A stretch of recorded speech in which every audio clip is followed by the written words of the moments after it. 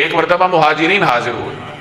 جو مکہ سے ہجرت کر کے آئے تھے، تو وہ عرض کرنے لگے کہ یا رسول اللہ، ان انصار کو اللہ نے مال دیا ہوا ہے، وہ ہمارے اوپر خرچ کرتے ہیں، ہماری خدمت کرتے ہیں، اور جن کے پاس مال نہیں ہے تو وہ ہمارے ساتھ ہمدردی کرتے ہیں، ہمدردی کے ساتھ پیش آتے ہیں،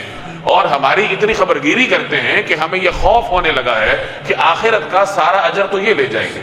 کہ مال بھی ہم پہ خرچ کرتے ہیں، ہمدردی بھی ہمارے ساتھ کرتے ہیں، تو آخرت کا سارا اجر تو یہ لے جائیں گے، ہمارا کیا بنے گا؟ آپ سوال سے اندازہ لگائیں کہ صحابہ کرام کو آخرت کی کس قدر فکر تھی، اور ایک دوسرے کے ساتھ اگر ان کا مقابلہ ہوتا تھا تو وہ آخرت میں ہوتا تھا کہ فلاں آدمی اللہ کی رضا میں اتنی محنت کر رہا ہے، میں اتنی محنت کیسے کروں گا؟ فلاں آدمی اتنی نیکیاں کما رہا ہے، میں اتنی نیکیاں کیسے کماؤں گا؟ تو مہاجرین نے یہ سوال کیا کہ یا رسول اللہ، ہمیں تو یہ اندیشہ ہے کہ اجر تو سارا یہ لے جائیں گے، ہمارا کیا بنے گا؟ تو آپ صلی اللہ علیہ وسلم نے ان سے فرمایا کہ تم ان کی تعریف کیا کرو اور ان کے لیے دعا کیا کرو، تو اللہ تبارک و تعالی ان کے اجر میں تمہیں بھی شامل کرے گا۔